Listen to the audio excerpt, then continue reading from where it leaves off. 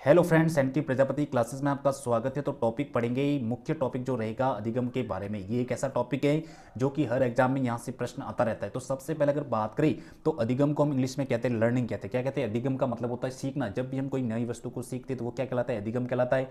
अधिगम का शाब्दिक अर्थ होता है सीखना। अधिगम का शाब्दिक अर्थ क्या होता है? सीखना होता है। सीख कर व्यवहार में परिवर्तन करना, सीख कर व्यवहार में क्या करना? परिवर्तन करना, या नवीन ज्ञान को अर्जित करने की जो प्रक्रिया से होता है। जब भी हम कोई नई चीज को सीखते हैं तो वो क्या है? अधिगम है।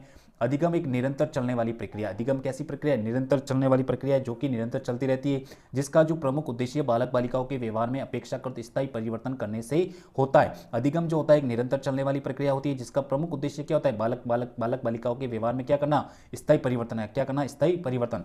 अधिगम जो होता है व्यक्ति के द्वारा अपनी परिस्थिति के द्वारा की जाने वाली अनुक्रिया का क्या है? परिणाम है। अधिगम व्यक्ति के द्वारा किया जाता है, जो कि अपनी परिस्थिति के अनुसार की जाने वाली क्या है? अनुक्रिया का परिणाम होता है। उसके बाद में सामान्य शब्दों में अगर अधिगम की बात करें तो अधिगम एक मानसिक प्रक्रिया। अधिगम कैसी प्रक्रिया है? मानसिक प्रक्रिया, जिसके माध्यम से व्यक्ति अपने वातावरण से ज्ञान को ग्रहण कर, वातावरण से व्यक्ति जो है ज्ञान को ग्रहण कर अपने व्यवहार में क्या करता है? परिवर्तन करता है। क्या करता है? परिवर्तन करता है। उसके बाद में अधिगम की प्रमुख विशेषताओं की बात करें तो सबसे पहली जो विशेषताएं, अधिगम निरंतर चलने वाली प्रक्रिया है। यहां से प्रश्न आता है कि अधिगम निरंतर चलने वाली प्रक्रिया है। दूसरा, अधिगम जो है अनुभवों का संगठन है। अधिगम क्या है? अनुभवों का संगठन है। अधिगम वातावरण की उपज है। अधिगम क्या है? वातावरण की उपज। अधिगम सक्रिय रहकर किया जाता है। अधिगम सक्रिय रहकर किया जाता है। ठीक है। उसके बाद में अधिगम एक स्वाभाविक प्रक्रिया है। अधिगम कैसी प्रक्रिया है? स्वाभाविक प्रक्रिया। उसके बाद में अधिगम जो है व्यवहार में परिवर्तन करने की प्रक्रिया। जब वो व्यक्ति कोई सीखता है तो उसके व्यवहार में क्या आता है? परिवर्तन आता है। अधिगम मानसिकता में परिवर्तन या वृद्धि करने की प्रक्रिया भी मानी जाती है। हमारी जो मानसिक स्थिति में भी क्या आता है? परिवर्तन आता है। जब हम कोई नई चीज को सीखते हैं तो हमारी मानसिक में भी क्या आता है? परिवर्तन। उसके बाद में अधिगम का स्थानांतरण किया जा सकता है। अधिगम का हम स्थानांतरण भी कर सकते हैं। अधिगम सार्वभौमिक प्रक्रिया। अधिगम कैसी प्रक्रिया है? सार्वभौमिक प्रक्रिया। और अधिगम अनुभव व प्रशिक्षण का परिणाम। यहाँ ये परिभाषा है। अधिगम जो होता है अनुभव व प्रशिक्षण का क्या है? परिणाम माना जाता है। और अधिगम एक सतत प्रक्रिया है। अधिगम कैसी प्रक्रिया है? सतत प्रक्रिया। अधिगम जो होता है नवीन ज्ञान की क्या है? प्राप्ति मानी जाती है। अधिगम के नए नया ज्ञान में मिलता है। तो ये अधिगम की प्रमुख विशेषता है।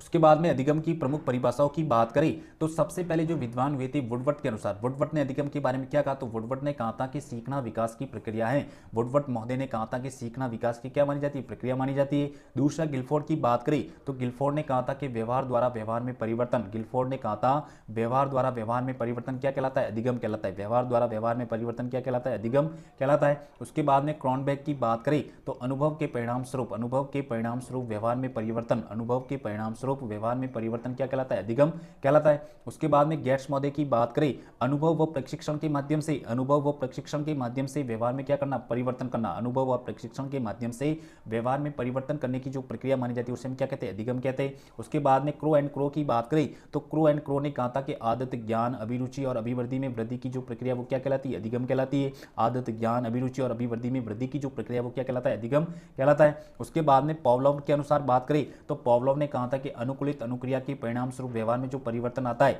जब हम कोई क्रिया करते हैं और उस क्रिया के परिणाम स्वरूप जो व्यवहार में परिवर्तन आता है उसे हम क्या कहते हैं? अधिगम कहते हैं। उसके बाद में वुडवर्थ ने एक दूसरी परिभाषा और दी। वुडवर्थ ने कहा था कि नवीन परिस्थितियों में, कैसी परिस्थितियां? नवीन परिस्थितियों में नवीन ज्ञान अर्जित करने की जो प्रक्रिया होती है, नवीन परिस्थितियों में नवीन ज्ञान अर्जित करने की जो प्रक्रिया होती है वो क्या कहलाती है? अधिगम कहलाती है। उसके बाद में दूसरा टॉपिक पढ़ेंगे अधिगम का स्थानांतरण। अधिगम का स्थानांतरण ये भी एक मुख्य टॉपिक है, ठीक है ना, जो कि हम अगली क्लास में पढ़ेंगे। अगर आपको वीडियो अच्छा लगा हो तो चैनल को सब्सक्राइब करना, लाइक करना, कमेंट करना। Thank you, welcome.